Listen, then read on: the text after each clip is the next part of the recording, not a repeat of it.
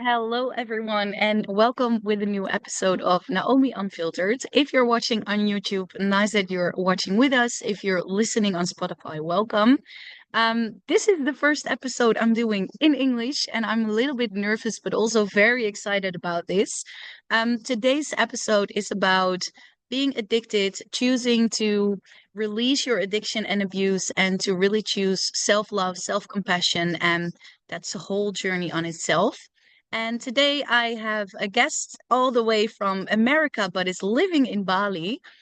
Zach is here. Zach, thank you so much for being here today and talking about these personal and vulnerable, um, topics. And maybe you'd like to introduce yourself to the watchers and the listeners. Yeah, thanks, Naomi. I appreciate it. Yeah, hey everyone. My name is Zach Spowert. I go by Nomadic Addict. That's just kind of a fun uh, name that I came up with in my travels and kind of a play on words around being sober for 18 years. So the addict side of things and being a little bit addicted to the nomadic lifestyle, which has now landed me in Bali. But yeah, I just really happy to be here. I've been to over 50 countries, as I mentioned, sober a little over 18 years. I got sober at 21, so coming up on 40 next month, which is kind of crazy to say out loud, but it's been a crazy journey and an exciting journey, and it didn't I'd never even heard of Bali up until probably about 5 years ago, and it just kind of fell into my lap, and now I call it home. So just kind of a small example of just this whole journey of recovery and sobriety and life in general of just not necessarily knowing where we're going to end up, right? And just kind of walking and seeing where we go. So yeah, real happy to be here and thank you for having me. It's a pleasure and really nice to connect. Looking forward to this. Absolute pleasure. Thank you so much for your time. And we just had a little warm-up conversation, and I said something that is new to you, neurotypical and neurospicy. So for everyone who is Mm. listening and watching, there's two neurospice people here, so we'll probably end up going bits and pieces everywhere, but I'm gonna bring us back to the topic. But we really both believe that addiction is a big topic in life these days, and whether it's addiction in a form that is not allowed, like drugs, alcohol, and all these, you know, heavy addictions, but addictions like watching porn, watching Netflix every Mm. day, sugar eating, overeating, not moving your body. These are all forms of addictions. And Zach and I are going to talk about the not really properly, allowed addictions. But we also really want to inspire people to um, have compassion for yourself, have compassion for the journey you're making, have compassion for the choices you've made in life, which maybe not, maybe you're not proud of, but it also brought you where you are right now. And as a Mm. human being, we also have the ability every fucking day to make a new decision, to make a new choice, and to walk a different path. And this is what today's episode is about with Zach. So I'm really excited. Okay, cool. Um, Zach, can you tell us a little bit more about where you were born? How were you grown up? How was your childhood? Yeah, thanks for all that. That was beautiful. I love how you introed this whole thing. So for me, I grew up I was born in Ohio, which is state in the Midwest in the U.S., Cleveland specifically. But I was raised kind of in Central California. So if you pick up on the surfer sort of accent, California accent, that's what it is. My dad was a surfer. My mom's an artist, but my dad's a doctor. So I grew up in a very sort of like science, art, balanced household, I guess.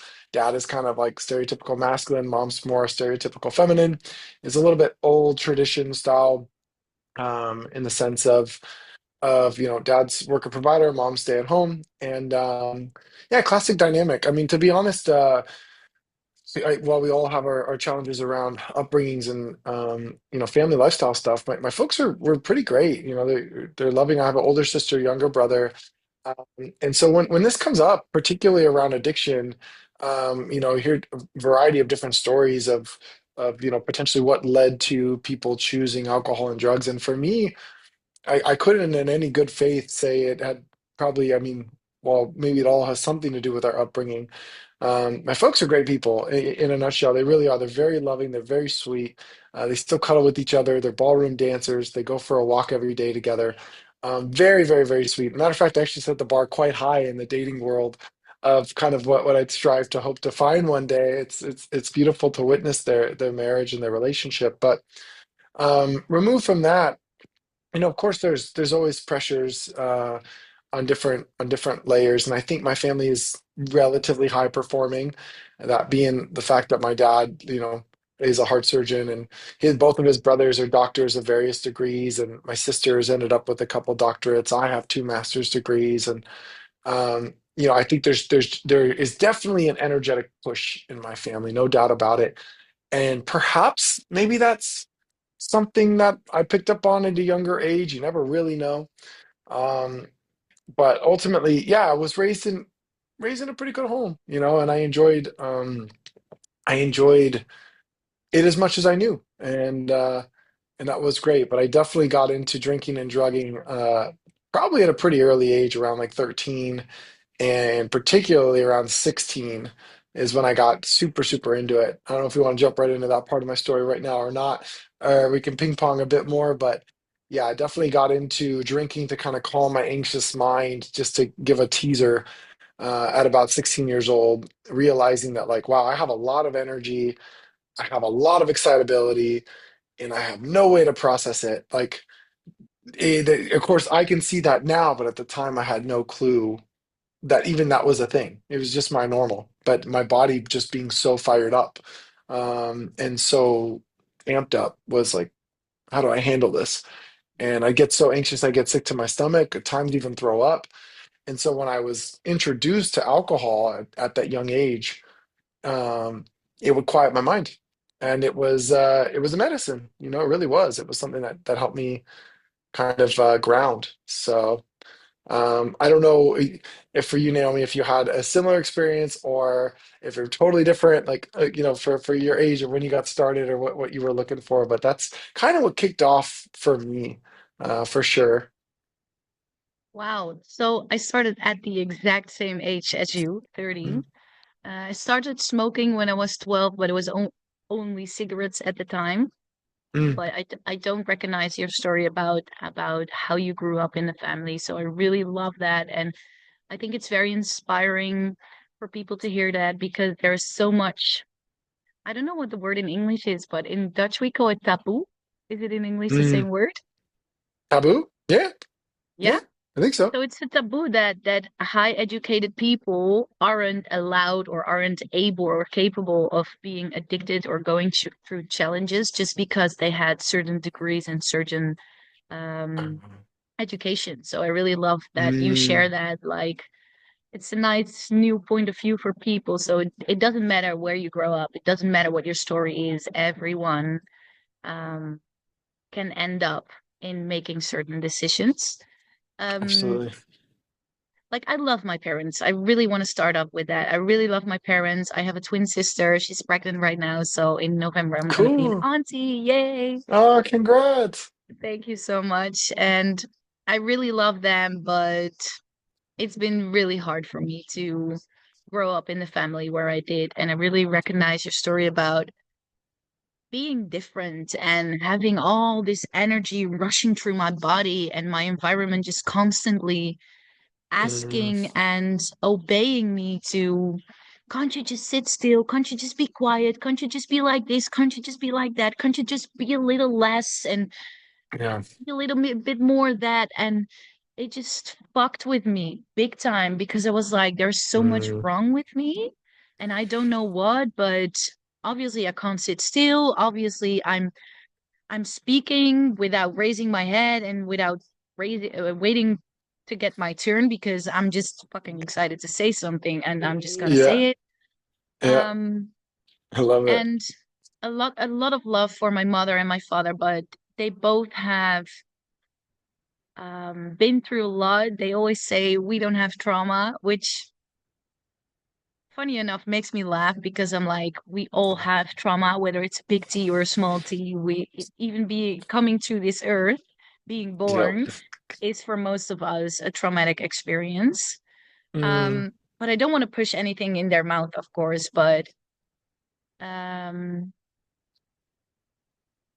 my parents are I'm looking for the English words.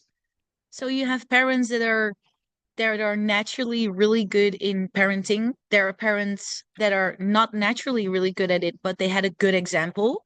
And you have mm, parents that are both not. And my parents are the last. So they didn't have a good example. They didn't come from a loving family or a safe family. It was really traditional. Um, my dad was being hit when he didn't listen or when he was naughty. mm, My mom had the same. My mom has been through way more and her family as well.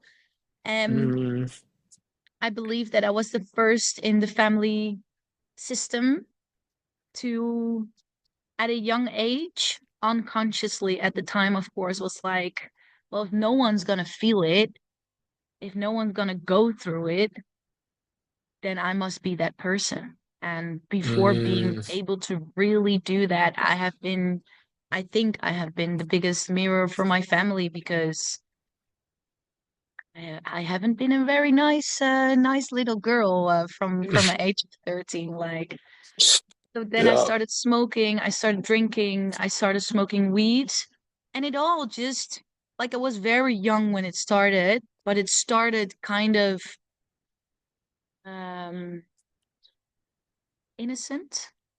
Mm, But obviously, when you say as well, like it felt like medicine because this, as I said at the beginning of the podcast, we're both neurotypicals. So this machine is constantly with ideas and inspiration and motivation and, all that. And I didn't have the tools to, as well as from my family, as from the school system, I didn't get any tools how to cope with that, how to, yeah. quiet my mind sometimes, how to relax, how to just be instead of doing all the time.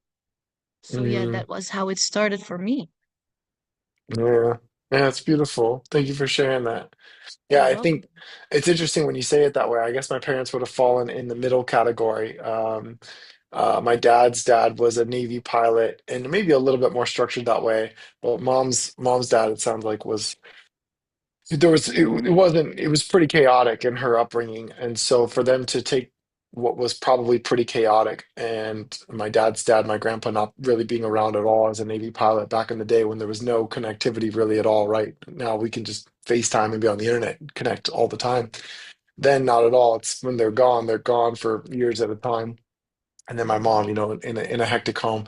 So hats off to them, I guess, for being able to come together and create a different style of home. And I've never heard it that way actually, but it makes a lot of sense, the example and then how they show up or what have you. So that was an interesting perspective to receive. So thank you for sharing that for sure. You're welcome. Yeah, it was one of my therapists who said that when I was 18. He said, you have people who are born with the talent to lead or to parent. You have people who Mm, don't have the talent, who are not born with the talent, but have the example, so they learn from that. And there's mm, people who don't have both, and your parents are both. And that really helped me to release my anger and my blame towards them for, obviously, I believed for a very, very long time that I had bad parents and they didn't love me and I was unwanted. So that was quite a journey. But with talking to people, I had only one good therapist, to be very honest. Only later on in life, when I started choosing my own coaches and paying their own bills instead of the insurance company, I mm. I had really good experiences. But yeah. Okay, so we're in it already very deep. I love that. Let's go back Yeah, to yeah. you. So, you already had a little tiptoe in it. You started using drugs and alcohol, especially alcohol, I think, when you were 13, and at 16 it went Yeah, deeper. Can so you so yeah, um, there's a few layers of the short condensed version of the problems, and then of course the super long one. So I'll try to keep it somewhere in the middle. But I think when it comes to at 16, yeah, met my first girlfriend. She was a big drinker. Things, it felt like things were starting to blossom, like I was growing up or something. I don't know what idea I had in my head, but it felt like at the time, like world was starting to make sense. I was like, okay, cool. I'm growing up. I'm 16. I have a vehicle. I can travel around. I have some form of independence. I have this girl that I'm, developing a strong attachment for, and a complementary partner. We all know how that works out typically at 16 years old. But at the time, it feels like it's all great. And then learning that, like, wow, like we can drink together, and like having other friends that do that, and smoking weed and going cliff jumping, and not always showing up for football practice, but that's at least trying to. And different things like that. I think navigating high school and the pressures of growing up, it all, I just figuring it out. How do I fit in? And I loved how you really spoke to that too, around the mind and the neurospiciness, as you've explained it to me, under the ADHD category, if you do or don't subscribe to diagnoses. But I do like the neurospiciness, and just that excitability, that fast mindset, and then the calming agent as a response. So yeah, I mean, drinking was my primary. I was prescribed, similar to like benzodiazepines. So if you're not familiar with that, Klonopin's the name, but some people are more familiar with the term, Xanax or Valium, um, uh, lorazepam. There's so many different names, and people might know that category of drug, that class of drug. And so what it essentially is like a tranquilizer. It works on your GABA receptors without getting all neurotransmitter heavy, calm you down. And so that I'm like, perfect. Like, you're gonna give me this thing, I'm gonna take it, it's gonna calm me down. That's great. What I didn't realize, and nobody really explained to me, which is not anybody's fault, but when you take a drug like that, the body has a weird way, understandably, of wanting to normalize. So the more we introduce a calming agent, the more the body will naturally ramp up its excitatory response. So that's the definition of tolerance. So I have to take more of the drug to achieve the same desired effect, similar with drinking. So naturally, my tolerance increased for all of it, the drinking, the Klonopin, and subsequently, and I'm fast forwarding through my story quite a bit, but I got not only a higher tolerance, which is correlates with a higher level of addiction, needing more substance to feel what I wanted to feel, but ultimately it led to more trouble. And I jokingly say today that, God showed up for me in the form of police officers, or the universe, or whatever you want to say, because I kept getting in trouble. And I'd like to say one time getting slapped on the wrist or getting in trouble was enough, but it definitely was not. I'm the kind of guy that has to bang his head against the wall like a lot. And then when like I feel warmth on my face, someone has to point out that that's my own blood. I don't know, for that analogy, I don't mean to be too gruesome, but the point is, like, I still don't even realize in the moment, like, oh, I'm hurting myself. And so it took a lot for me, but thankfully it happened very quickly. I got um, pulled over a few times, gently, sometimes let off, sometimes not, going to parties, having drugs and alcohol or whatever in my vehicle, getting ticketed, losing my license. But ultimately, I got into an accident. I blacked out at the wheel using the benzos and drinking. They always say don't mix drugs, but to me, it didn't realize it was going to have that effect. And I Mm. was just trying to go down the road with my brother to get him a cheeseburger, and I blacked out at the wheel, flipped the car, broke his neck, and in the accident, and ended up going to jail. So he's okay now. I actually, my niece, I'm he's very married. He happy has to he hear has a that. yeah, I don't want to skip over that too much.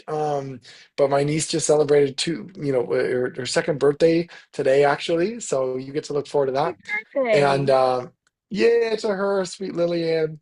And so that's the downside of being in Bali. I don't get to be there with them, but I got a bunch of cool videos, and she's super fired up, but super sweet with her presents, dressed in pink, trying to make sense of whatever she got.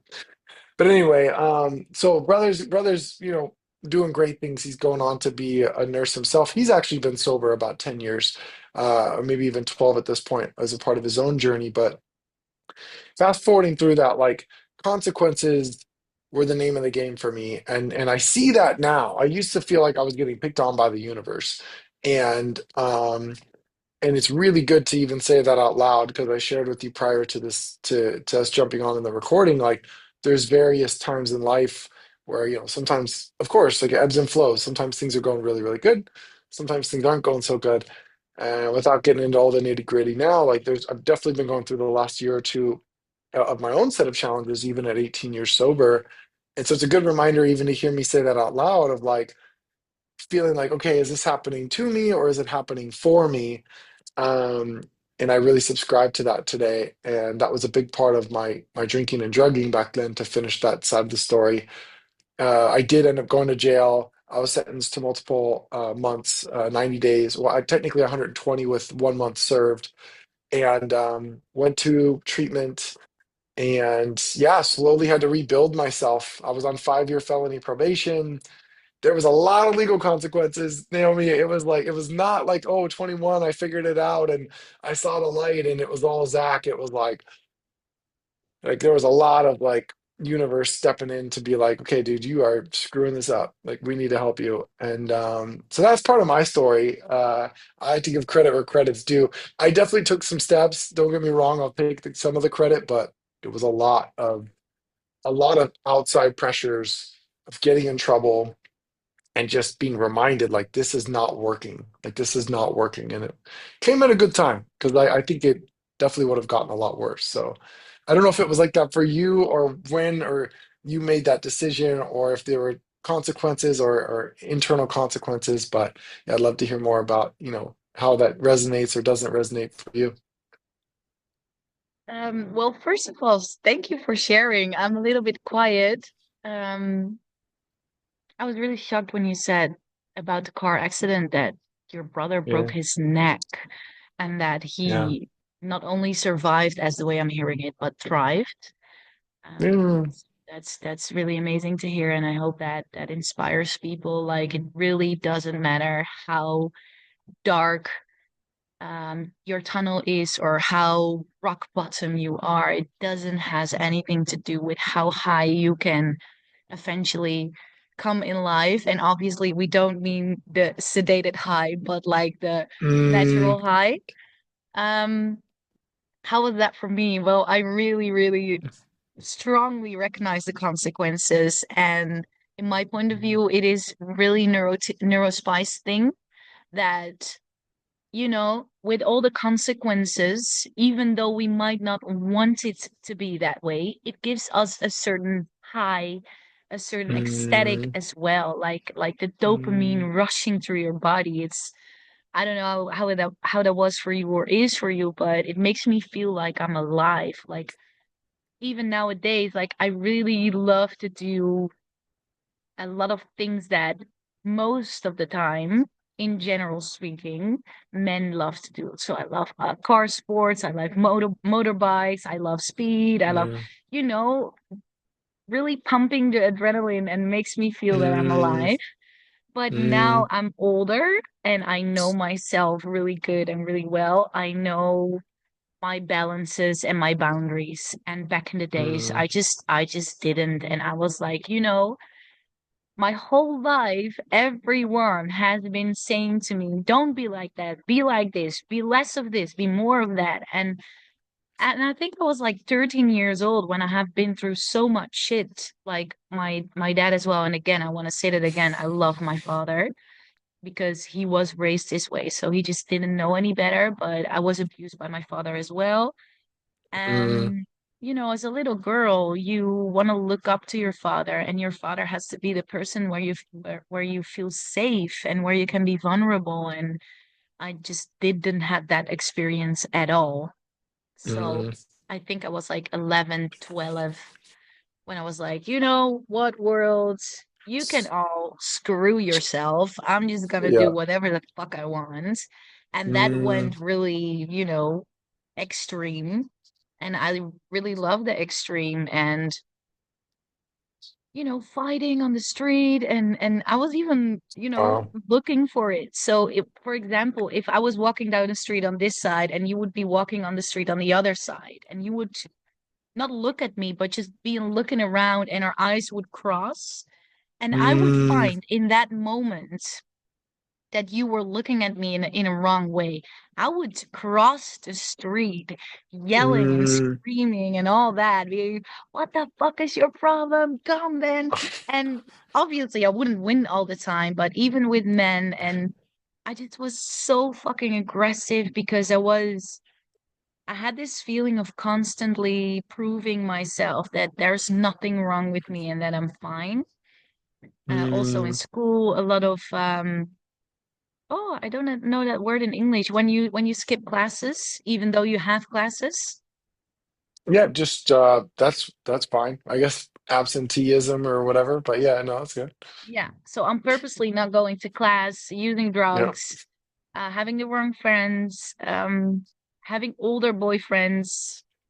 My first, not relationship, but my first boyfriend when I was like 14 years old, I think. His name is Daniel. Like he was a few years older, but he didn't abuse me or didn't abuse the situation, even though he could have. Like I wasn't aware at the Mm. time, but when I look back, it was. And then at the age of 13, I ran away from my parents' house because I got grounded for, Mm.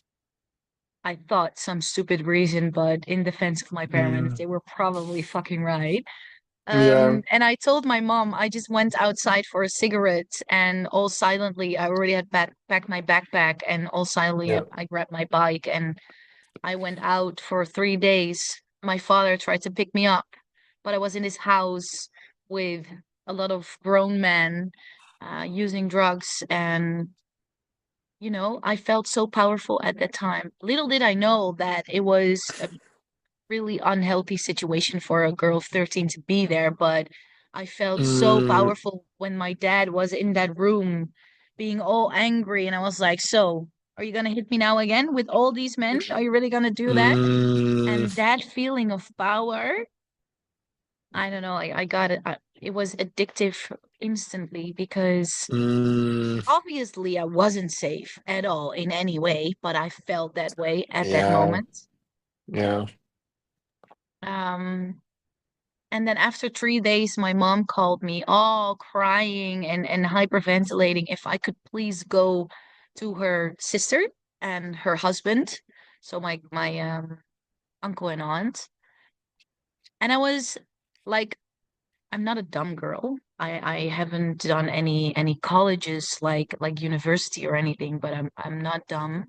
So I realized at that moment when I had my mom on the line, and I was like, this place is really, really unhealthy for me. Mm.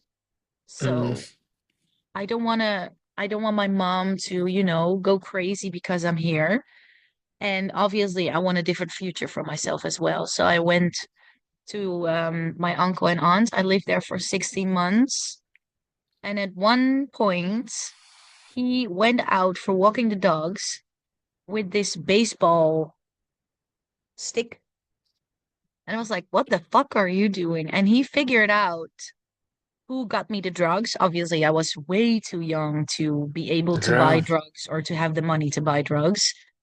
And he said, well, I'm going to this and this person because I know he's giving you the drugs. And he knew this guy because he used to work with him. Like, what are the fucking odds, of all Mm. the people being able to get drugs from? And I was so angry. I was hyperventilating at the time because I was like, it's not his fault because I truly saw him as a friend. And then I said to him, screaming, yelling, and everything, if you do this, I never, ever, ever, ever want to see you again. And he didn't. And I promised to get sober up, not in a clinic, not with professional help or anything, but by myself. And I was like 15 years old, maybe 16, maybe just turned Wow. 16. And I was very arrogant at the time because I was like, I can do this, but I Yeah. couldn't. I was really motivated because of this experience, but Yeah. the Yeah. calm down of not using the drugs that you were used to, and the calm down, especially of feeling all the feelings that you were pushing down with the Hmm. substance you were using. Yeah. I wasn't ready for that. I was so not ready for that. Yeah. Yeah, so that was And then at around the age of 16, I went back to my parents, which was a good thing because where I lived wasn't a healthy place, even though it felt that way because, you Mm, know, there was someone at home when got back out of school, there was fruit, I had someone to talk to, and there was generally interested in how I am and how my day was, and if I have some homework, there were rules that made sense to me. Like when we say we're eating at 6, you're home at 5:45 to, to help with yeah. prepare the table and everything. We eat, we clean, we do the dishes, we have a chill, and then you're able to go out again. And then at 10, you're back because you need to go to bed for school tomorrow.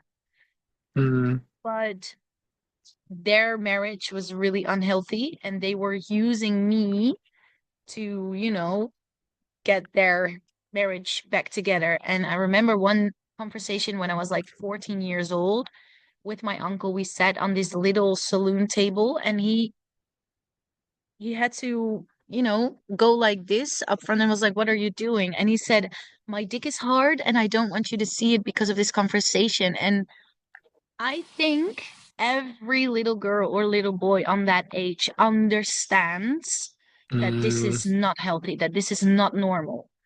But mm. only with this little thing that I've been sharing about my past, nothing about my story has been normal. So I was like, okay, well, this feels strange, but okay. Yeah. So then I was 16 and I went back to my parents, and I really hoped things would have gone better, but actually they only got worse. And I think I was around the age of 17, maybe 18, that I realized that all these years I have been in a depression, but I didn't know the terms burned out and depression wasn't that talkable like it is these days. So I Yeah. didn't Yeah. know these things existed. Mm, And the way I felt was normal to me because I've been feeling this way for many, many years. yeah. Yeah. How was that for you in your whole journey of, coping with your outside challenges while also dealing with the challenges you feel inside, like sensations, emotions, thoughts, insecurities, being thinking you have to be someone else or something else, or the way you are is not good enough? Yeah, that's a great question. Do you mean just like in all aspects of life and the transitions, or do you mean like in my core using or right when I got sober? Because this could be a very long answer. Mm. But In your core, using maybe around the time right before you had the accident with your brother, because I can imagine that was a big turning point for you, at least in realization, like, whoa, I I need to make some changes. yeah, I remember sitting in jail and writing a journal called Jailhouse Journals. I think I had this idea that, it was gonna, I don't know, influence somebody or support somebody. Who knows? Maybe it still can. I still keep them primarily just to read back on and reference what it was like, at 21 years old, 19 years ago now. But I think, I mean, the obvious, I think anybody would imagine and understand and appreciate feelings for me was definitely not good enough. It was there wasn't much to be proud of at that point for sure. There was a lot of my family, like letting my family and friends down, letting like understanding that I was capable of so much more. Um, yeah, as you readjust there, but recognizing that like I was capable of so much more and knowing that, but also realizing like, okay, this isn't happening. Like I'm allowing myself to continue to go down this road, and it's kind of that whole idea of like the 1 degree variance. Like, if you're 1 degree off of a course, it's not a big deal for very long, but if you play that out, play it out, play it out, eventually, before you realize that it's like I've been taking baby steps this wrong way. And so my self-esteem, of course, was really, really shit. And yeah, you mentioned not being good enough or not feeling good enough. Like that's been a core pain point of mine for a long time. And that definitely didn't do anything good for me. I mean, what anything that alcohol and drugs brought me in my core using of being good enough or being attractive enough, vibrant enough, excitable enough, whatever. And in a lot of ways, I was like celebrated for the person I was um, while using. But ultimately, any benefit I got from it, was easily taken away and some exponentially for all that I lost, and which is understandable, right? Or I wouldn't be sitting here talking to you with 18 years sober. It's like to me today that the weight, the scale is it's so like people are like, "Oh, are you alcoholic?" I'm like, "Well, I got sober through AA, so I don't have a problem saying that I'm alcoholic. It doesn't bother me to say, but I know for some people they really don't resonate with that word because it feels bad or something. And that's fine. Today a lot of people say alcohol free because that's kind of the way to be, I guess. It's like the new norm. A lot of people are alcohol free, which is beautiful and amazing. So if that resonates better, great, be alcohol free. If sober friendly, whatever. There's so many different terms. But ultimately, like it goes back to the scale thing for me of like alcoholic or not, if I could pick up and drink today and have one drink and be totally fine, like it doesn't really add anything to my life that I can imagine outside of some excess calories. Maybe there's a fancy wine out there that could make me feel like super fancy and I could, I don't know, say something nice about the wine. Vintners are great at that, right? And I imagine there's a lot to it, a lot more than I'll ever know or care to know or find out because that's not a part of my story. But there's nothing added to me as my point today that makes it worth the risk because well, I don't have a perfect self-esteem today, and I don't see myself as like, a perfect human being or anything to that nature whatsoever. I'm often still, even to this day, can be quite critical of myself and struggle with the same things that I did even back then. I have a much greater set of tools to understand where that's coming from and to look at myself in the mirror and applaud the good works that I've done and seeing that I've gotten, whether you did or didn't go to school, you mentioned that. I love how you celebrated. You're like, I'm not a dumb girl. I'm not a dumb, well, that's amazing because I can celebrate that myself and say I have a couple master's degrees that I went to school and worked hard for.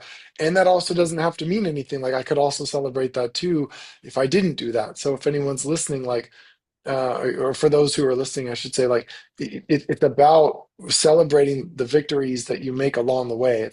And it's great to have a plaque, and I'm happy to be like, I got these masters, and that's amazing, and I ran these races, and that's amazing. But it's knowing that internal worth. So I really celebrate you when you said that for like, I'm not a dumb girl. It's really cool to really emphasize and celebrate like these things that we do for ourselves because it's powerful and like I know it's a bit corny and cliche, and we talked about it a little bit before, but like if we can't love ourselves, like what do we expect? And that's so much of the alcohol and the drug use. And I want to hear your thoughts on this too. Like it's coming from that space of like having a hole in my heart or a hole in my body. I'm like trying to just like fill it up with something and another person and fill it up with something or whatever. And it's like I really love this quote. I'll shut up in a second on this point, but like Okay. basically said like if you can't stand your own company, like why should anybody else? Yeah. And it's that was always really hit home for me from this space of like that's a good point. And I turned into like this really big solo traveler for so long because of that. Two things, that quote, and then also my cousin. I remember being in LA when I was first getting sober, and I had some good friends in LA when I got sober at 21, but a lot of them didn't want to do anything. And it drove me crazy because I wanted to go swim, I wanted to go to the beach, I wanted to go up the coastline, I wanted to do all these cool things, I wanted to travel, and nobody wanted to do anything. And So it they drove me were sober, crazy. but they were just, what did they do if they don't want to do anything then? I mean, I'm being a little hard on them. Like they would go to meetings or they would do some sober activities or have sober parties or whatever, but it was like, and I had some friends that wanted to do some cool things, but it seemed like I didn't have people that really wanted to be at the same level of me, whether that's neurospicy or not, I don't know. But so my cousin told me, he's like, you should just do it yourself. And it changed my whole frequency of living. And that kind of spawned nomadic addict. It spawned my whole way of life. It spawned how I've fallen into love with myself and grounding here in Bali and just allowing myself. to live a life that's different because it's not about waiting for somebody else to come join me. It's about being like, no, I want to do this. This is cool. So I'm going to go do it. And I just trust that I'll meet cool people along the way. So yeah, I kind of got off the rails there, which we pre-warned the listeners it might happen from, but that's how I think I do go through these moments of struggle. And to get back to your direct question with an answer of like, not feeling good enough and struggling with like that sense of self-worth and like autonomy and like who am I and that searching and then realizing like man like I don't have to know today. I don't have to have all the answers. I may never have all the answers. Like I probably won't have all the answers. But specific even to myself and my own journey, like just finding some roots of who I am and attaching to that and knowing and connecting and seeking are things that I can really celebrate. And then I grab hold of that. So I really love, sending it back to you when you're like, strength and character. Like you are a strong woman. I can feel it already. You are a feisty woman. I can feel it already. Like, you have a lot of vigor and a lot of life and it's beautiful. It's amazing. And so owning that and knowing that for anyone that's listening too is beautiful. To know like our core self. So I don't know how that manifests for you today. I want to kick it back to you too, and like what you may or may not have heard from that, but how do you find yourself in a space of self-love or compassion, or how did you get through that as well? Well, it was a really, really, really long journey for me, and one of the biggest challenges for me because I felt to my bones that I didn't belong on earth, let alone belong Mm, to a family, a tribe, a community, or whatever. mm, I was insecure about, not about me, like about everything, about the way I look, the way I feel, who I am, what I think, what I eat, what I drink, what I want, what I don't want, what I do like, what I dislike, everything. mm. Um, and it was my first solo trip. December 2016, I booked my first solo trip ever to Australia, of all places. I went to the Yeah. other side of the world by myself because when I was a little girl, Mm, I think I saw something on the television about Australia. I really don't know how this seed of this dream for Australia has been planted in me, but summer 2016, I had my, I don't know how much number of returning depression, and I went back to life just, I don't want it anymore, actually. And on paper, I was absolutely fine. Like, I had a good partner at the time, we lived together. He was really good for me, he was really sweet for me. Obviously, I've been through a lot, so I'm not the easiest person or woman to be around, especially at that time. Um, mm, but he held space for me and he was there for me, and it was especially safe, emotionally safe, physically safe. mm, He didn't mentally abuse me, not emotionally, not physically. We had fun, and he has this whole group of friends that I got to mm, tag along with. We went to parties. Obviously, there was a lot of substances as well. So the mm, sedating continued, but without addiction. So I had a good job. I had my own money. I wasn't rich, but I could do what I wanted.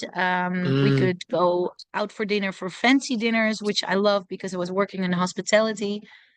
Yeah. But in the summer, I was like, I have all these things on paper that should make me feel this, and this way, but on the inside, I'm just a broken piece of fucking paper. And that Mm, really hit me hard because I was like, what is wrong with me? Why can I not be happy mm, with, I am supposed to be happy with what I have and who I am, but I just didn't feel it. And mm, then right after my birthday, because it's my birthday in December, um, I booked my first solo trip to Australia, and it was supposed to be a mm, 3 month journey. So I booked a trip for 3 months, and not because I wanted that. My dream was to book a single ticket, not with a return. Not because mm, I wasn't mm, planning on returning, but I was like, if I'm going to follow my dream, let's see what's on the other side, literally. But my Mm, partner at the day said, like, I don't want to miss you longer than 3 months. And that was the most loving thing someone has ever said to me, or that someone mm, has ever made me feel. So I was like, okay, so I want to do that for you as well. Like, you give me the opportunity to follow my dream. It's also my obligation to mind your boundaries as well and keep them in mind. And it was only mm, a week before I left when I broke up the relationship because,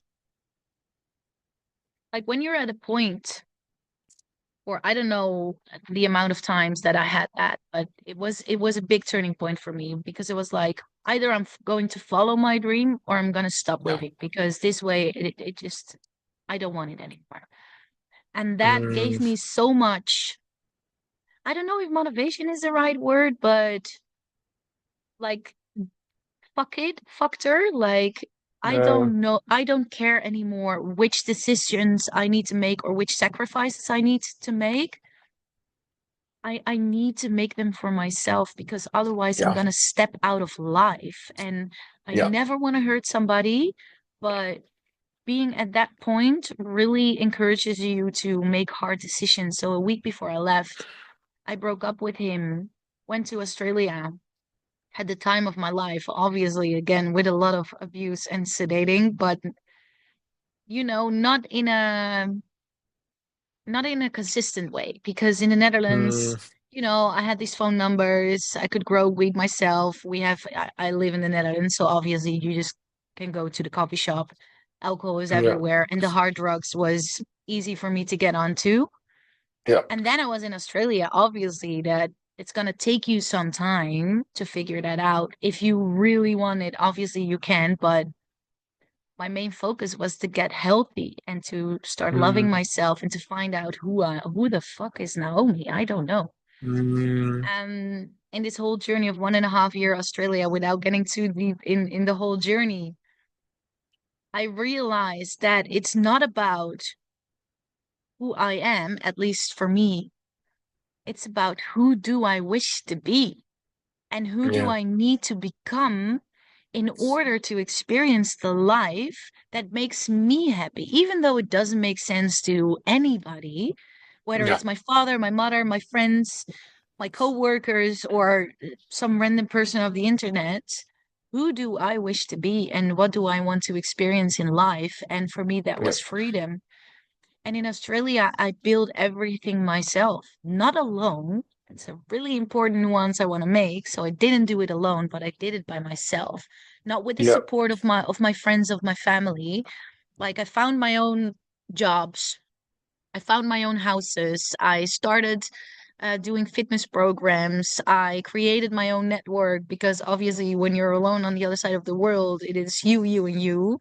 And Yeah. I started experiencing that it's not that I didn't know who I was or I didn't know my boundaries. It was because I was alone on the other side of the world. I was detached of the what's the word in English? Of the stories, let's say, Yeah. that were attached to my boundaries. When I say Mm, say this or when I feel this, this is what happens. But because I was alone on the other side of the world, it didn't work that way anymore because yeah. I got this whole new book empty with pages, and I had the pen Mm, in my hand to write a new book, to write my own yeah. new story. And Yeah. that is how I started loving myself. To, if I was at a party and I wanted to go home, I just went home. Yeah. If someone would talk to me and I would be like, nah, no, this is not for me. Obviously, I wouldn't hit you, but I would be like, thanks, but I'm leaving or I'm going to another person. If I wasn't happy in a job, I left and I went to find a new job. Mm, Um, and I had this solitude time, and I think you really recognize that. Like, our biggest problem with addiction was not being able to comprehend with ourselves, not being yeah. able to enjoy our own company, not feeling good enough, the way you Yeah. said it, like feeling hollow inside. And this Mm, solitude time really empowered me to experience like, oh, I'm not that bad of a company. Oh, I can Mm, enjoy myself. I can just go in the park, read a book, listen to some music, do a workout. And I had all these animals. This has been my whole life coming to me. But in the Netherlands, I had this shield here, so I saw the mm, animals, but I didn't saw the interaction with the people. So in this mm, park, this was in Melbourne, St Kilda. Love, love, love, love, love Melbourne as really the place of my heart. And all these people who were walking their dogs just went up to me when their dog was coming towards me to, hug and play and everything. And they would start a conversation with me, mm. just a normal human conversation. Exactly. And Yeah. these simple little things opened my eyes like, oh, the world is not a bad place. Oh, these people are so nice. Oh, I'm being seen. Oh, well, so people Yep. see me even though I am alone, even though Yep. they don't think I'm um pathetic because I'm alone. I felt empowered, Yeah. like, you go, girl. You're sitting here alone by yourself in the park, reading a book, doing some workout or whatever. That really started my self-loving journey. And I love you it. just said, um, I don't know how you said it, but something with perfect. Like, I'm not perfect. I don't believe I'm perfect, but I do have a question about that. Do you believe in perfection? Do you believe something like that exists? Oh my gosh. No, I think that was my attempt at trying to caution those that are listening to be like, hey, you know, the pursuit of perfection is fine, of course. I think a lot that's inspired a lot of people to achieve greatness. But do so under the recognition that perfection is not possible. Take that for what it is coming from me. But yeah, and thank you for opening up so much about all of those. Yeah, everything that you said was really, really powerful, and it reminded me, it kind of took me back to a situation that I had with a beautiful, amazing partner, so grounded in Florida at the time, a great job, boat, jet skis, like all these nice things, nice home, like everything you're meant to have. My neighbors that cooked me, key lime pie when we arrived and thanking, welcoming me to the neighborhood. It's like all the things that you are looking for and taught to look for. And my family loved the house. My parents were so proud. It was like, all the things. It was like the gold star. Like I made it. And God love her. She's amazing.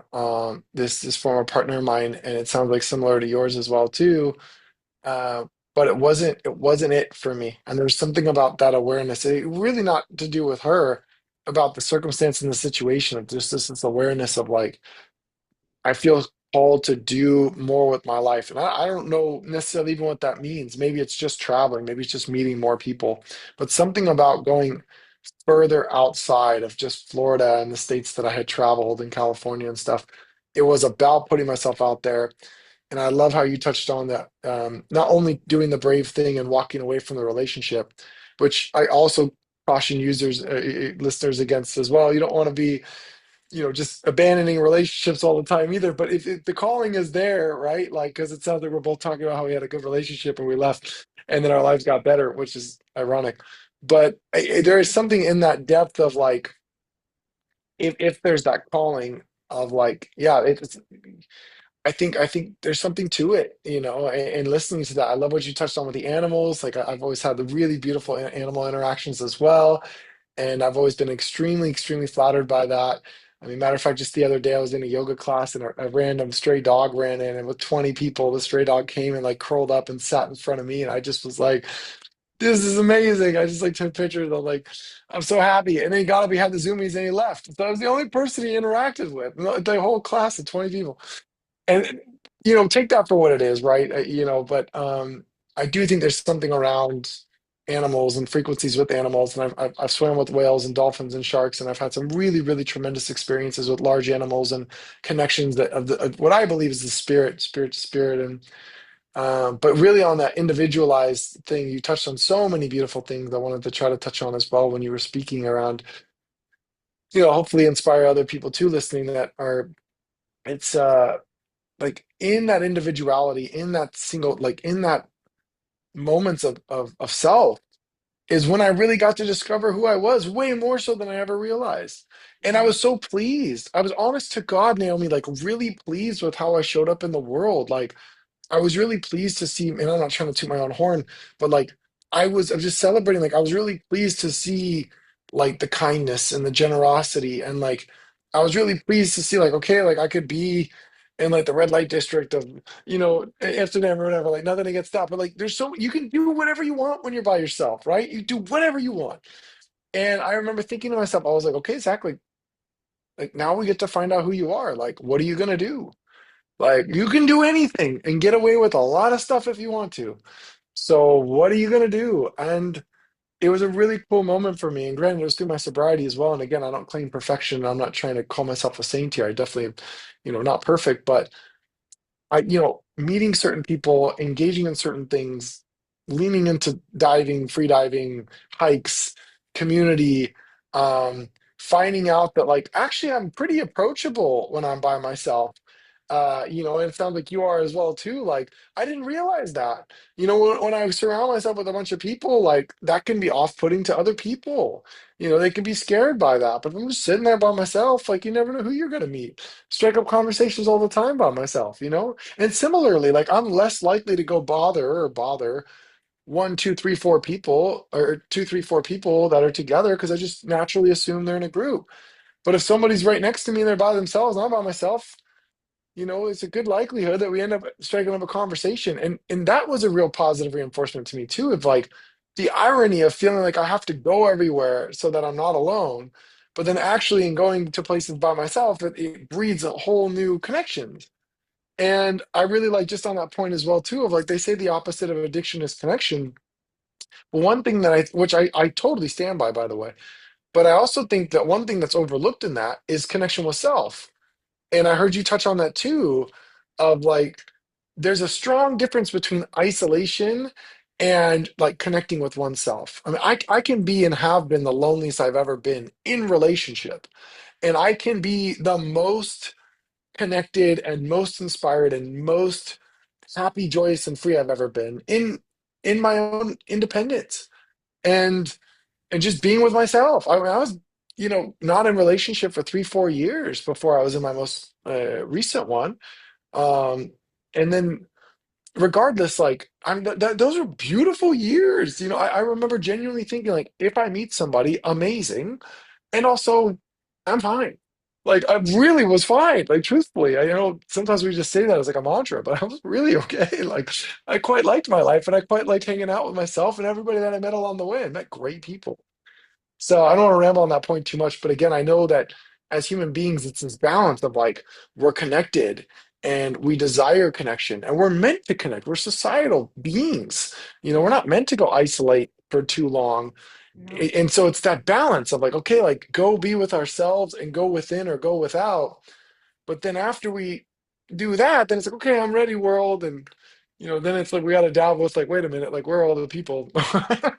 So it's not in and out thing, but I don't know. I'm just along for the ride. Like I said, I don't pretend to have all the answers or have it figured out. But I love what you shared because I think it takes a huge amount of bravery and courage. And maybe it's just because I see that same story with myself. But I ended up selling my house, sold the truck, the jet skis, the boats. I left the job, the good paying job, for a job that paid nothing, and just took a leap of faith because it allowed me to travel.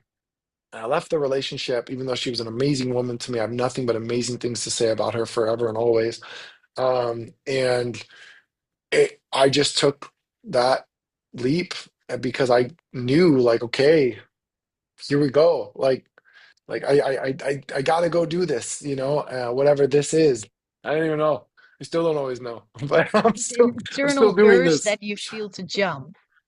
Yeah, exactly. It was exactly that. And I like it too on that point, and because you touched on it as well, like we have our societal norms. I love how you were challenged with that idea of, what's wrong with me? Like, why can't I just be happy? And I had a lot of pressure. Zach, your expectations are too high. Zach, you want too much, or Zach, you're looking for something that doesn't exist. And, these are the things that were taught to me and told to me while I was going through this process and this internal journey of, having the relationship, having the house, having the golden retriever, having the nice neighbors, like, and being like, yeah, like, what is wrong with me? Like fishing on the weekends, like watching football, like this cool dog, like what's wrong with me? Like why am I not okay? Yeah. Um, and it was just being true. One of my favorite quotes is William Shakespeare, to thine own self be true. Like just be true to yourself. If we know what that is, and it truly is like, no, it's not the person, it's nothing wrong with them. It's not that there's anything wrong with me. It's that my heart or this moment or something is calling me for that next step, whatever it is. Um, yeah, I heard that so much in your story. So I just want to congratulate you for your courage and your bravery in that. And it's so cool to hear, for those listening, like we never met each other. Like, we hardly know each other. We just connected through like a community, a travel community. And then we just talked briefly before this and we're getting to know each other on this call. So it's really beautiful. Thank you for sharing that as well. You're welcome. Yeah. This is really what I hope to share with this whole podcast, not just this episode, but this whole series. Like, society is so programmed and narrowed down to, we talked about this previously before the recording, like, this is the path you should be walking. This is how it's supposed to do. If you're doing it like Yeah. this, you're doing it good and you're doing it right. But Yeah. you know what? We're not here to do it right. We're here to be true to ourselves. We're here to experience life. We're here to challenge ourselves, to overcome challenges. And that is what character builds. And your character is built by what you have experienced in life and also how you Mm, decided to deal with your challenges. And I think mm, it's really beautiful to, fast forward because you have been sober for 18 years now. But yeah. being sober obviously doesn't mean life just decided to stop sending challenges towards you. So, Oh, um, would you like to share something about the last 2 years? How has your life been the last 2 years? What did you experience, and how is life challenging you? And most importantly, how are you coping life differently? How are you dealing with life? How are you moving through life? That's better to say yeah. differently compared to when you were using substances to sedate.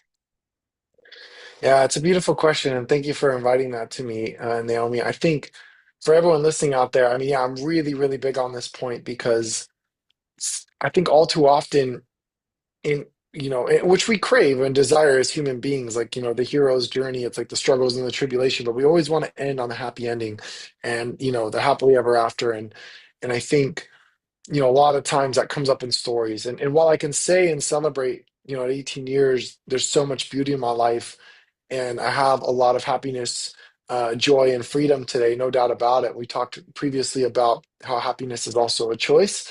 At least that's my belief system, along with love. It's an action. It's a verb. It's not just a noun. But I think for me, yeah, some of the challenges without getting into all the nitty gritty. I went from probably some of the best 4 years of my life, financially, freedom, traveling, selling everything, like, just sky was the limit. It felt like I was anything I dreamed I could do. I literally felt like I was living the Walt Disney story of if you can dream it, you can do it. It was like insane. I'm just like, like I said, whales, dolphins, sharks. I mean, just incredible interactions, meeting pseudo celebrities and them taking, interest in me and me being like, cool. Like, I don't even know like who I like, great. Like, yeah, let's hang out.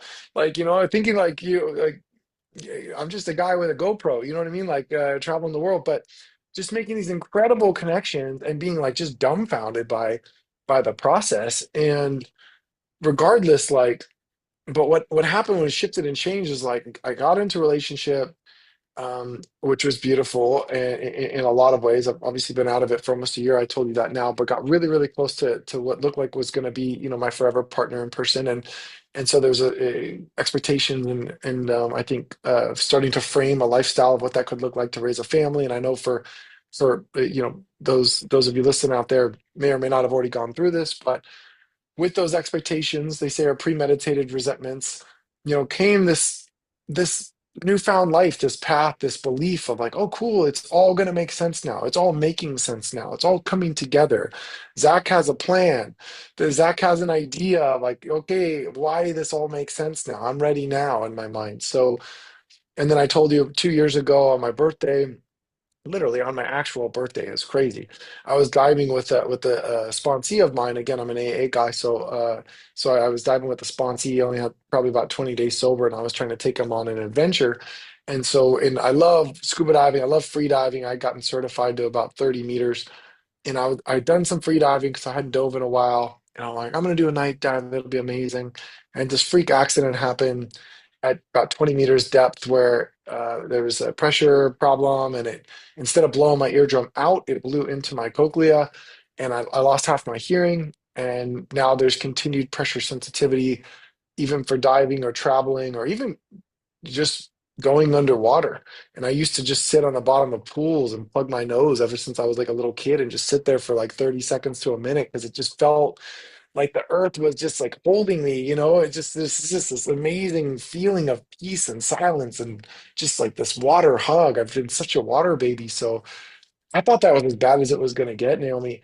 Little did I know that was the start of what has been probably the hardest years of my life, short of getting sober and navigating the challenges of going through jail time. But yeah, getting really close to getting engaged and potentially married, meeting my former partner and family, and that dissolving pretty rapidly and unexpectedly, also on my birthday the following year. And in a variety of physical pains without going through all of it that still I have to this day, some of which flare up quite considerably. And it's really got me leaning into like a new chapter, a new era. And it's having me have to revisit my own belief systems. And it's been quite challenging because I like to call myself never a black belt because I don't want to get cocky, but whatever the karate belt is underneath black, call it brown. Maybe I'm way off. But whatever belt that is, I like to think I was pretty much there emotionally. Like my first master's was in addiction counseling. I was, for all intents and purposes, a therapist or a licensed professional counselor. I've done that for a number of years. I've done my own internal work. I've been through challenging abusive relationships as well, physically, verbally, emotionally, mentally, all of it. And I'm like, man, I got it. Like that, I not perfectly, but I got a good grip on that. But physical pain, man, for anyone out there, I was a total white belt, maybe a yellow belt. I was a beginner in this karate analogy with that. I mean, I had gotten through, Ironman, triathlon circuits, and I have done some really cool stuff. And I'm really particularly proud of myself for in my sobriety. And thankfully, outside of like a shoulder surgery and breaking a wrist because I fell on my bicycle, I've never had any physical pains, and I've never really had to deal with that. And so it really felt mind over matter for me. And I'm still of the belief that it can be. But these last 2 years, it's like the universe is just grabbing me and pulling me down. And it's like, stop, stop, stop. So financially, relationally, spiritually, mentally, emotionally, physically, like I've been challenged on like every level. And I say that not to be all down and dreary. If anything, hopefully it's the opposite because I'm actually quite in the thick of it still. 2 years going, it's been really tough. But to recognize that, like, yeah, I still don't want to drink or use drugs. Like, there's no bad day. This is something that was taught to me early on. There's no bad day that a drink or drug won't make worse. And that really resonates with me. Like, yeah, I can go drink, but that's not gonna fix like my pain that I have. If anything, it's just gonna start the clock over, and then my mental process is gonna be like a shame, and I'm gonna go into like the shame spiral, and then I'll probably want to go do something else to try to cover that up.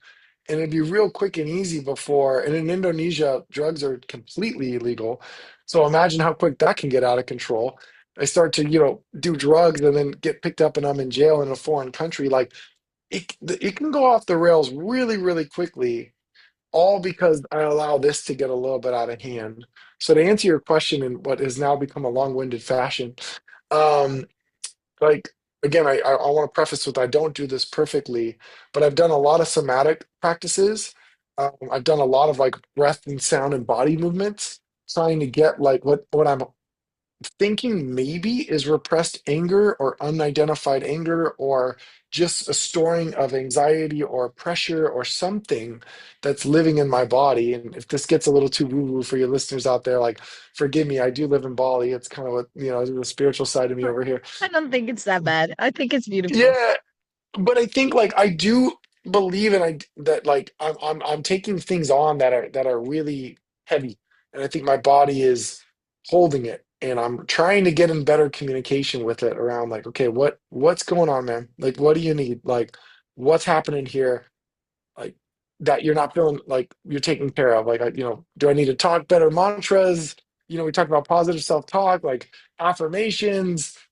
I do a pretty decent job at the gym, but like, am I overdoing it? Do you need more rest? I was telling you before, I was at the sauna and the cold plunge. Like, do you not want to go in the cold anymore? Like, it's funny. I have these like self-talk like throughout the day now where I'm like, what do you need, buddy? Like, I try to be positive to myself. Like, I would talk to a friend, um, because that's something I also really invite people to pay attention to too. Is I love that you said this as well. Like how we talk to ourselves so many times is vastly, vastly different than how we would ever talk to like a friend or even a stranger, and then take it another step further if you believe in the depths of our inner child, which I know you do because we talked about that.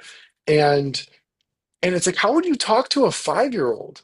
How would you talk to the kid version of yourself if you could meet them, if they were crying, coming to you? Like, would you yell at them? Would you scream at them? Like, man, it almost brings me to tears. Like, I think about that sometimes. I'm just like, man, like, I'm like, even when I don't mean to be like, I can be like mean and like to myself.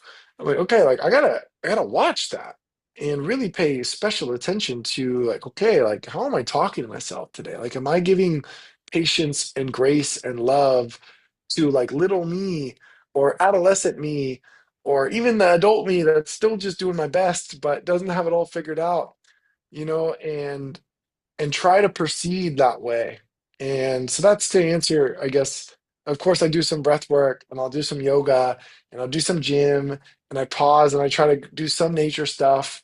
And every now and again, I go surfing, but I'm not a great surfer. But I try to check with my physical body. I can't really dive anymore, which obviously makes me tremendously sad. But I try Will to you do ever, certain though? things. Do I ever? Will you ever be able to dive again with your ear? The great question. I have some earplugs and I kind of tease it a little bit, but the pressure sensitivity is like really not very good, and no doctor will like 100% clear me. They've checked me out. I've done MRIs and I've done full body scans this last year, like as much as I possibly can, going crazy with Western medicine, trying to get everything fixed. And mostly it's like we don't really know. We're not really sure. So I just got to kind of listen to the body. It's a great question. I'll do like some snorkeling trips and I'll do some whatever I can, maybe with some earplugs to protect my ear a bit, but it's I don't actually know. I'm just playing it by ear. When I try, if it doesn't feel good, then I don't. And I've only done one scuba dive in the last 2 years, which pains me to say. And Oh it my was, God. yeah, it was 8 meters and I went really gentle. It was with my last partner and she had never dove, and it was like, okay, this is a good excuse for me to do a really shallow dive and test it out. And it hung in there. It was okay, but the pressure sensitivity was still pretty great, and I have to kind of watch it, because I don't want to blow my whole ear and then I don't have any hearing. So I don't know. Again, if someone's out there listening and hearing this, like, and you're really, really struggling with something that was a huge passion for you, like I have a shark tattooed on my arm, is the actual shark that I dove with a friend. I don't know if you can see, it's blurry, Wow. but that's an Oh, actual wow. friend of mine. I was a shark safety diver for a while from Hawaii that took that. And it's an actual photo. And it's yeah, so I try to frame it. I'm gonna shut up on this point. Like I try to frame it. It's a lot of CBT, cognitive behavioral therapy. It's a lot of framing, reframing like my beliefs as like my cognitions, my perceptions, my thought patterns, and being grateful for the 400 plus dives that I've had, grateful for all these animal interactions, like grateful for that period of my life, and curious as best as I can be of what this next phase is. I'm like, okay, well, there's a lot being seemingly taken away from me, but what does that mean? Yeah. Universally, spiritually, like. I don't know. Like, I can only connect the dots backwards. Like, if we do a part two of this in a year, maybe I'll have a different answer for you then. I don't have I it hope you'll now. be diving then again. Yeah, I would love that. I would love that. And so just being gentle with myself, being gentle with yourself, being patient, and really trying to lean into that. Hmm. Like, okay, like little Zach, medium-sized Zach, grown-up Zach, like all the Zachs, like, trying to be kind to all of them as I go through this journey of like not knowing is I think the biggest offering that I can give up.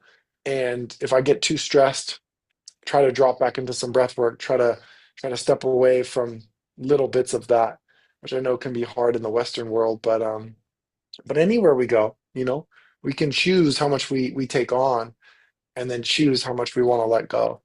So I don't know Yeah. how much that resonates with you or doesn't, but I know you're in Spain now and you've traveled quite a bit as well too. And obviously you're doing this show wanting to give a lot back to people.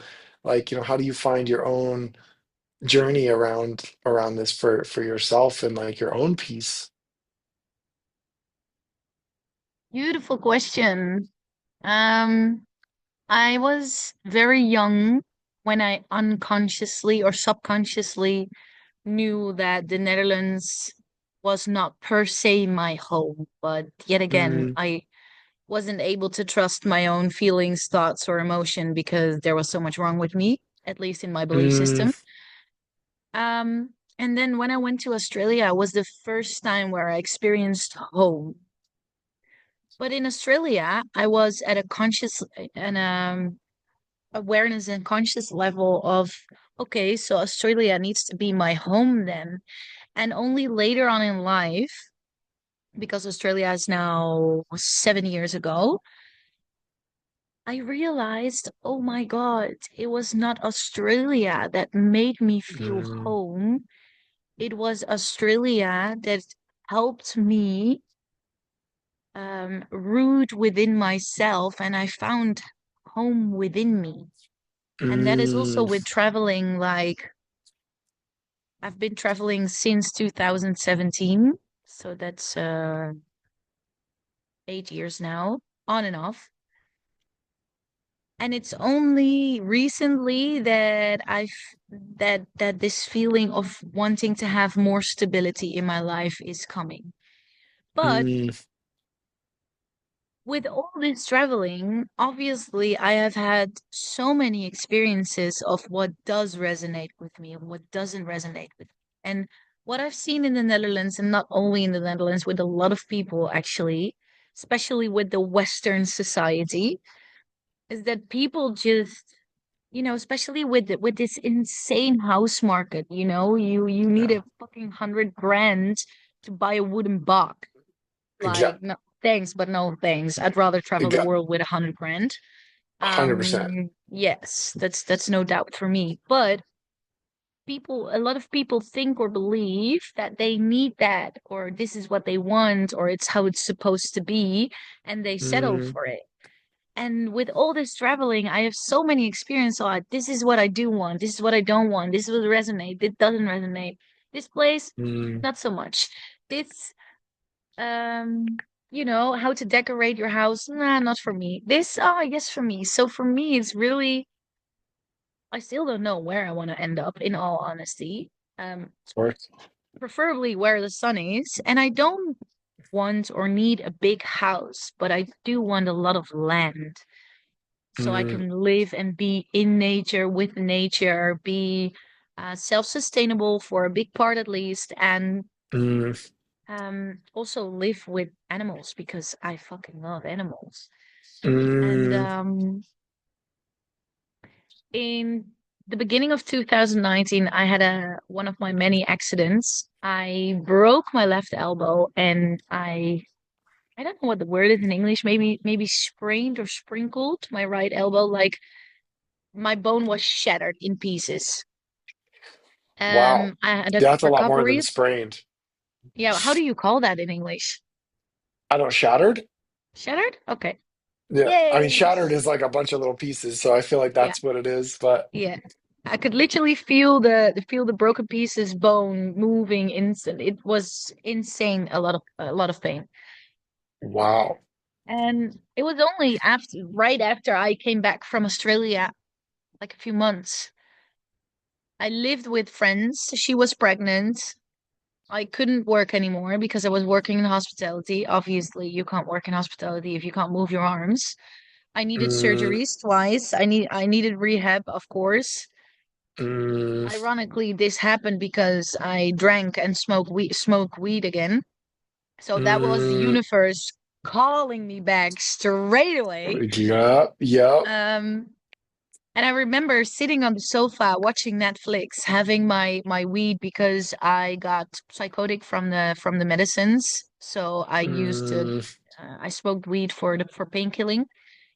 And I remember mm. I was watching The Flash or The Arrow, Cool.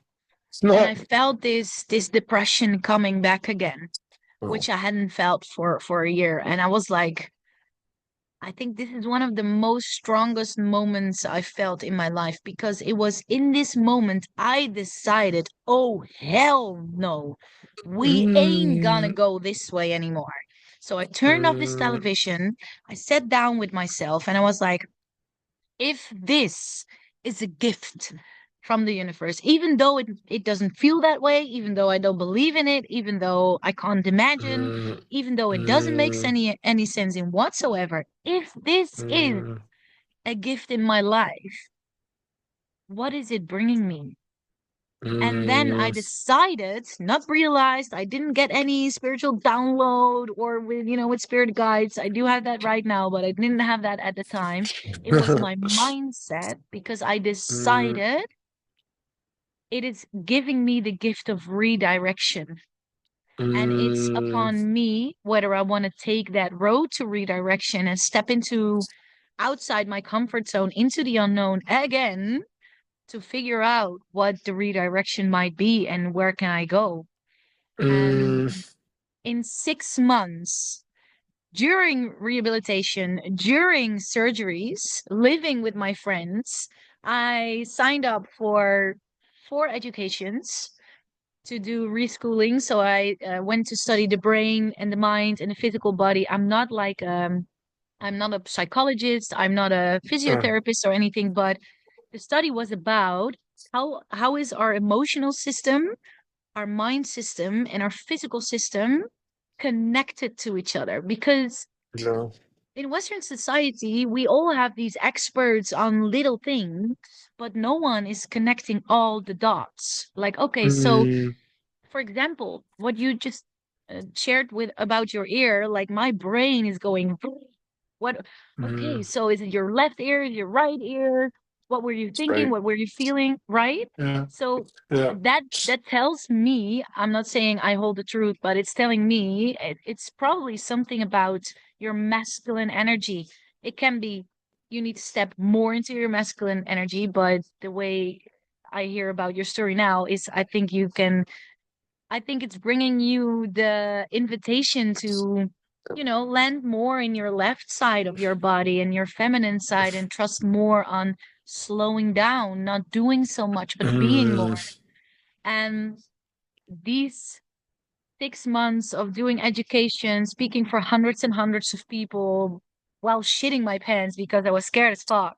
But wow. I remember I was on stage holding a microphone. I had this beautiful green dress on and these long boots with heels, and I could feel my bum twerking of anxiety because standing on a Wow. stage, sharing my story for like a bunch of Wow. 200 people. And I felt so alive. I felt so powerful. I felt so strong because I was like, look at me.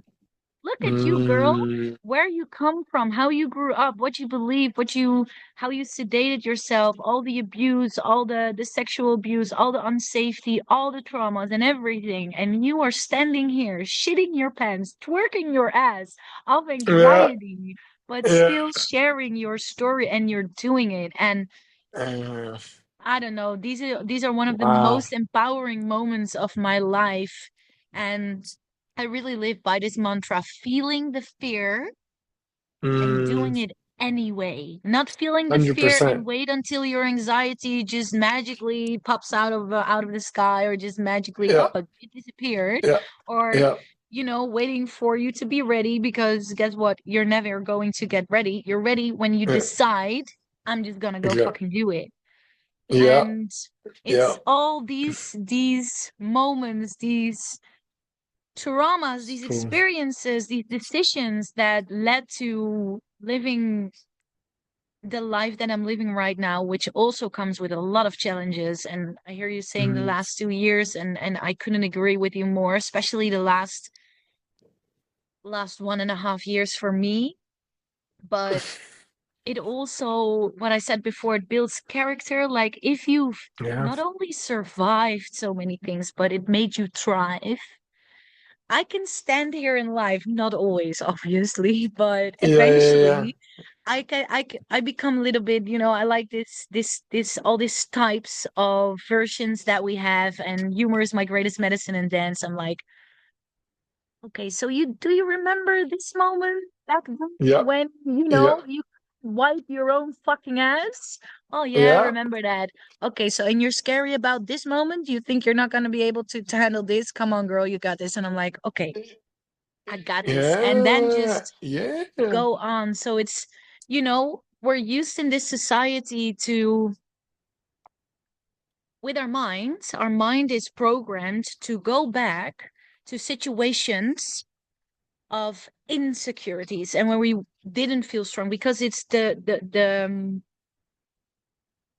job of our mind is to protect us, to keep us in Mm. the place that we are now because that is safe, that is our comfort zone. So you really want to train yourself, to train your brain to, if it's going to compare yourself, to not compare yourself with other people, but to compare Yeah. yourself with previous versions of yourself and how much you've already overcome, how many challenges you've already overcome.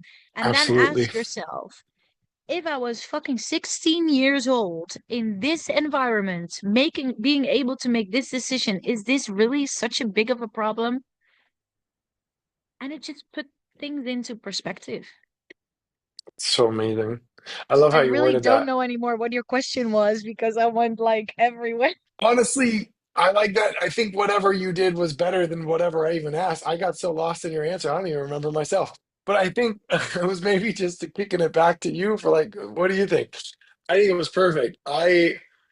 Yeah, I'm just really floored and fascinated and captivated by it. I can imagine you being a tremendous speaker and learning more about you and your story and the power behind your words.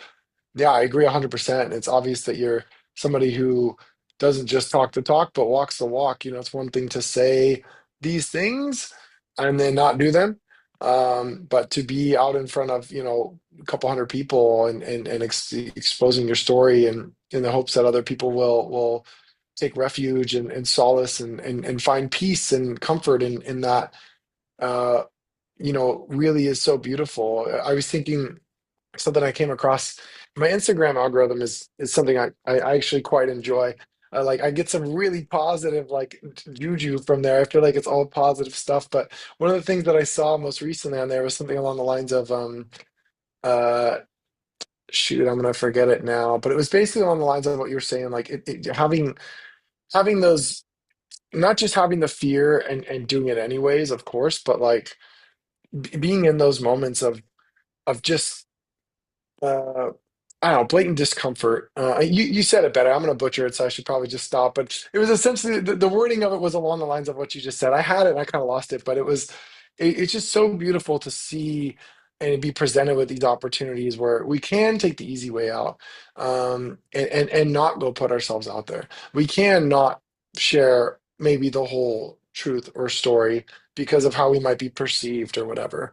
But leaning into that discomfort and trusting that, like, no, like I'm gonna tell the whole thing. I'm gonna put myself out there. I'm gonna let people experience that. Oh, I remember it now. It was the idea that like the love that we give or the preaching that we give or something to that effect is often, what we had wished someone would have given us when we were younger. And again, I still butchered it, even though I remembered it. But what I hear in your story is like for all of the trials and tribulations and challenges and struggles you went through in your childhood, like the love, the presence, the support, the guidance, the strength and the safety is just channeled through your words in a beautiful way. And I'm sure the listeners feel that too, and I'm sure the watchers on YouTube will feel that as well, from that space of like, yeah, like really taking those actions, despite those circumstances, because we all have, challenges and to varying degrees. And even on this call, our video, it's cool that we started on kind of my end and have your end, because it's such a perfect container. I like to think of anybody that could join into this and be like, yeah, I was abused, or I have problems, or in this or that, or we've covered mental health and addiction and substances and drugs and running away from home and abuse and so many things. What? Guilt. Yeah, Guilt, yeah, yeah, sorry. jail. There you go. And I didn't even mean to brush over. And I do want to touch on that since it came back up again. Like for anyone that might have been shocked and hopefully not too appalled by the way that I just kind of casually dropped that I broke my brother's neck and then moved on. Like it's been a lot of processing, for the listeners out there. I promise you, like for me to get through that, like I definitely recognize that the burden that put on my family and the fact that I could have killed my little brother and Yeah. the prosecuting attorney was really coming after me for that. It took a lot for me to just get a 4 month jail sentence. Like they wanted years. Like it was a big deal. And my brother fractured his C1 and C2, which means that had that severed his spinal cord, he would have been a complete vegetable. And so, yeah, it was a really, really big deal. And I didn't mean, I hope it didn't come across that brushed over that too quickly, because it was a huge deal for our family. It was a huge deal for me. It was a huge deal for my brother. And consequently, there's been a lot of repair, from that, over the years of time, and what they call living amends in the rooms of Alcoholics Anonymous. And it's a lot of it is not just I'm sorry anymore. It doesn't work. It's sorry doesn't mean anything. It's like Yeah. actually taking actions for a very, very, very extended period of time and proving time and time again, like I'm not going to hurt you. I'm not going to show up that way anymore. And yeah, and I'm going to show up to the best version that I can.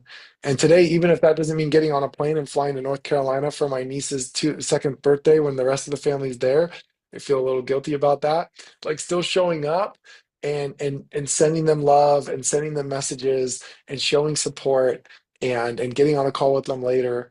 We still showing up. And I hear that so much in your story and in your journey, and hopefully others will hear that in mine as well. And depending on where listeners or viewers are at in their journey, know that like I give this question. I recently became a silent disco pseudo DJ. It's like the craziest thing of all things that I'm doing in my Nice. in my life out here. It's a lot I of love fun actually. We that. were dancing like a bunch of goofballs, by ourselves, a small group of 10 of us at the beach the other day. And we threw some headsets at some people that were watching us, like, what is going on? But the point was like one of the introductory questions that I invite people into before we get into the dance journey and the breath work to ground into it is I invite people to look at where they're at in their own hero's journey. Because truthfully, we're all, Joe Rogan gives a quote something about that as well. Like, imagine yourself at the time in the story when the hero is like thinking of themselves when at the lowest point of their life, like down in the dumps, like worthless, like there's no way, there's no way, there's no way. And inevitably, in every movie, that hero always becomes a hero. We know they're going to become the hero because we know the way the movie's going to go. But if we do that with our own life, like, and we look at it from like, we are our own heroes and our own hero's journey of our own lives. So where are we at in that journey? Are we in the beginning? Do we not even know that we're a hero? Like, are we in the trials and tribulations where somebody's told us, like, no, you have potential and capacity to do great things, but we're like, nah, that's not me. Or are we in like a process of actually like birthing into that? And I see that, for you, but for anyone else, yeah, listening out there, I hope that resonates on some level of questioning yourself and know that you're in that hero's journey. We're all in our own hero's journey. So where are you? If you're in the part where you don't believe that you're a hero, then that's where you are. Like you're still a hero's journey. You just don't believe it yet.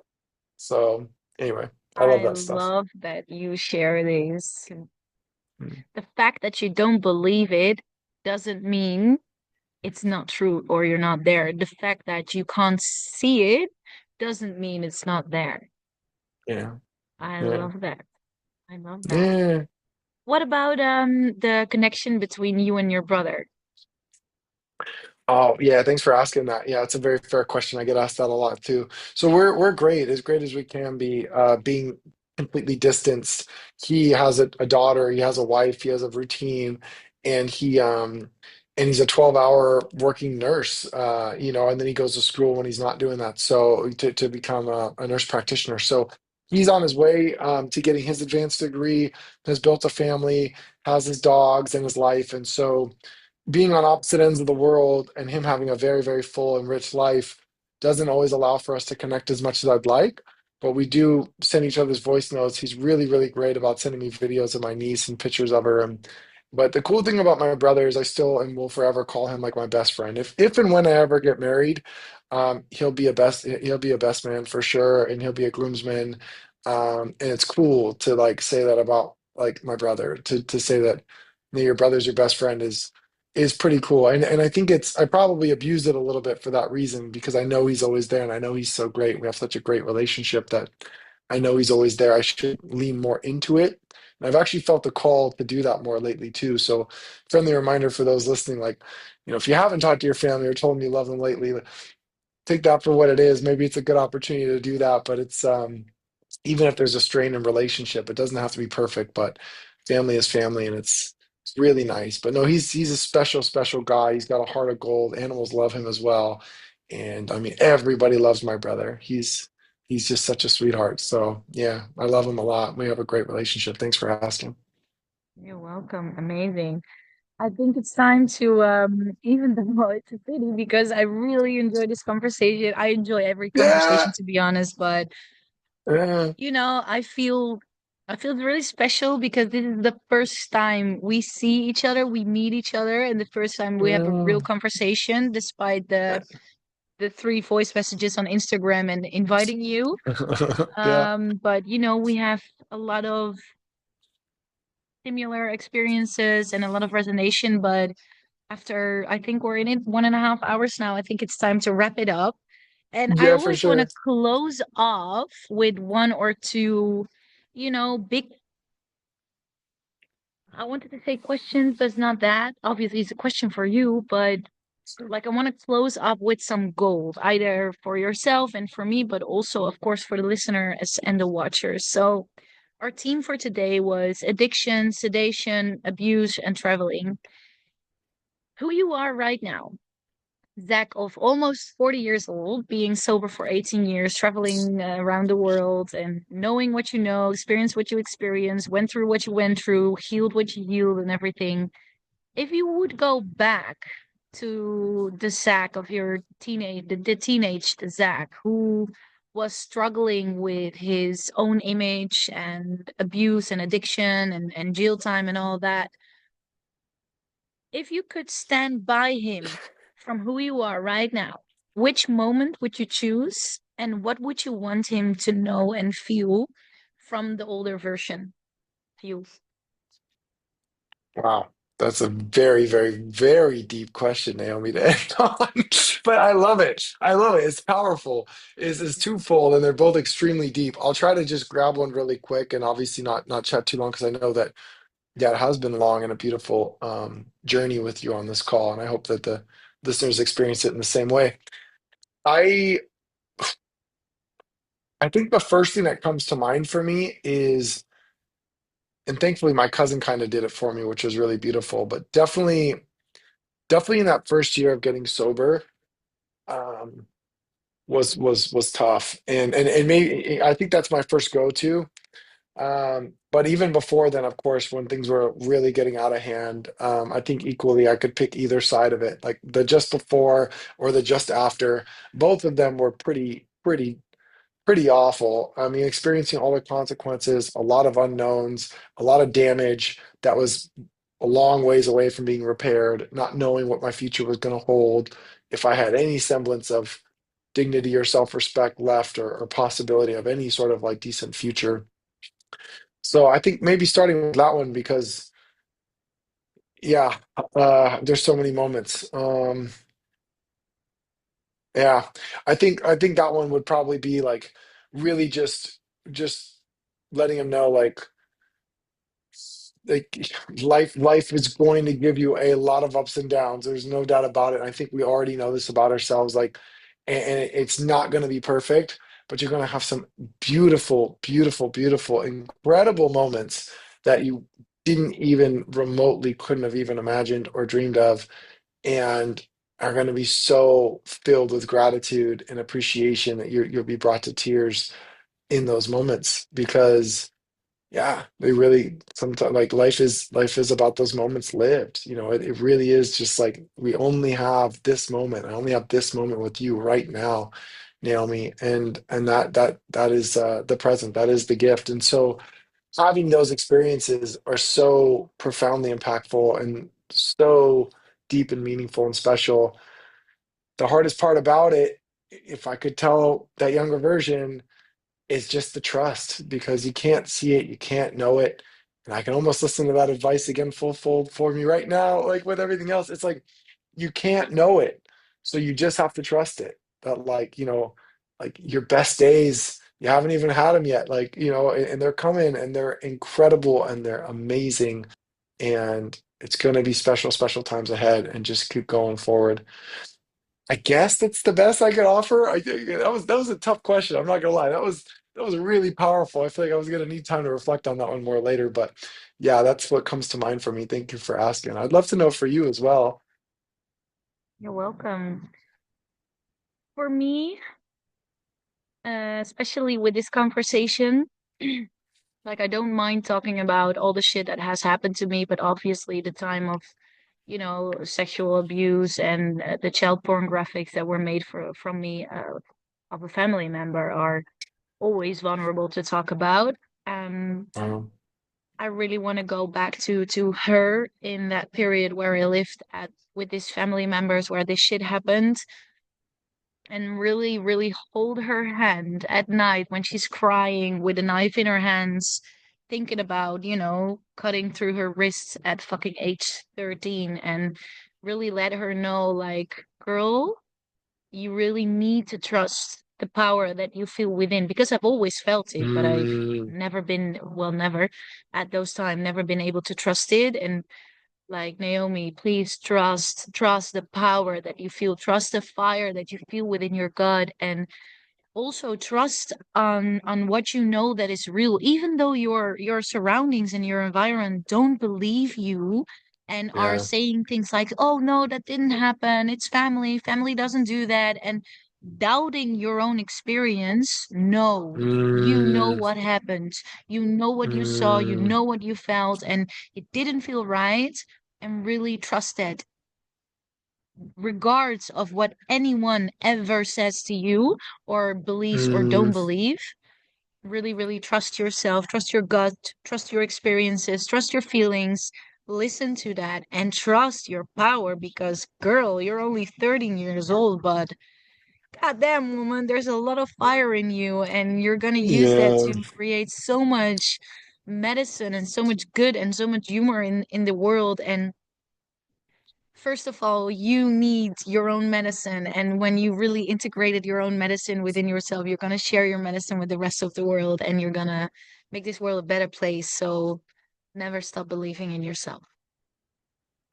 Man, you said it so beautifully. I want to redo mine, but I'm going to leave it with that because I don't want to take away from yours. But yeah, like that 16-year-old version of myself, the younger versions of ourselves. Yeah, like yeah, that came up second in my mind for sure. And I love that you went there. And that's the name of this, right? Naomi Unfiltered. Like, it's yeah, I love that you went there in a very unfiltered way, and I love that, like your authenticity, and really appreciate how you bring that to your show and to the viewers and the listeners and to me in this scenario. I think it's really inspiring and really quite beautiful. So and I feel like I'm with you when you share that. I feel like I'm transported back there with you. Like I can see the little girl and I can feel the pain um, as much as I'm capable of by the way that you tell it. And it's powerful, and it definitely will help a lot of people by sharing that. So yeah, and you are special and amazing and lighting the world up and so full of fire. And yeah, I only we could tell ourselves that, right? It's crazy. But yeah, trusting that that depth within our soul. It's huge. So Man, thank you. trusting our inner Yeah. guidance. You're absolutely welcome. Mm. Thank you so much. How was it for you to talk about these topics, talk with someone you've never met before and go dive deep in these Oh, topics? easy. Yeah, no, easy. I think I actually I'm trying to learn how to like scale myself back. I don't even know if I should. In the spirit of what we talked about, unfiltered and being openness, but like, you know, I don't know, like I said, I'm 40 years old. I'm still trying to figure out through coaches and mentors and stuff, like it's not always like I should just meet somebody and like tell them my whole life story, but like I've gotten so comfortable with like sharing all of who I am that if anybody like cracks the door and shows that they want to hear it, I operate from a space of like, well, like I don't know if this will hurt you or help you. Like, I'm assuming that if the universe has put you in my life for this reason and that this is coming up, then maybe you're meant to hear something that I have to say. So I just tell them. And like, but sometimes it's like, ugh, like I'm like, oops, maybe I shared too much. Like, okay, sorry, maybe I misunderstood the It's difficult question. to hear. I know it's like, uh-oh. So that's the bit that I kind of playfully joke at, like even in the dating world, right? It's like, okay, maybe I'm supposed to like go a little bit slower. But like I like how you share that because it's yeah, I mean for me I that's my default. You know, it really is. Like I've been applauded for that and I've been, you know, people that truly see me really celebrate my authenticity and my genuineness and my open-heartedness and I don't want to change that, you know, but I do try to respect if it's too much for people to hear sometimes. I'm trying to learn that part. But I was happy to do it. You know, of course, if you invite me to this space, I'm super happy to do it. And I loved hearing it in same in kind from you as well. Beautiful, amazing. Thank you so much Mm. for your time, your energy, your space, Mm, sharing your story, being vulnerable, and having such an open, unfiltered, and authentic conversation about traumas with a big T, with a small t, but especially about overcoming obstacles in life and how to mm. navigate in life, because that's what we're all learning here on Earth, right? How to navigate through life. Absolutely. Amen.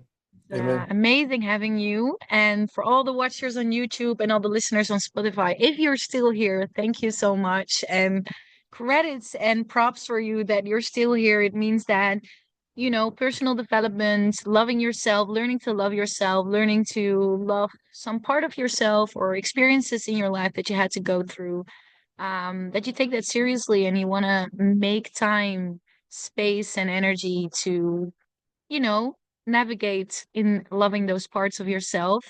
If you like this episode, please like, share, reply. Um, on Spotify, sorry, on YouTube, you can ring the bell. I don't know how you say it in English, but in Subscribe. Dutch, huh? Subscribe. Subscribe. Thank you.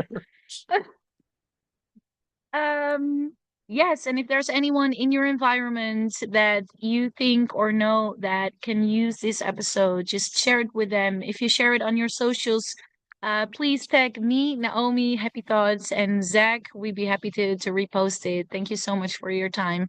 All the love and light towards all of you and your journey. And don't forget to really fucking love yourself because you're so fucking worth it. Amen. Love it.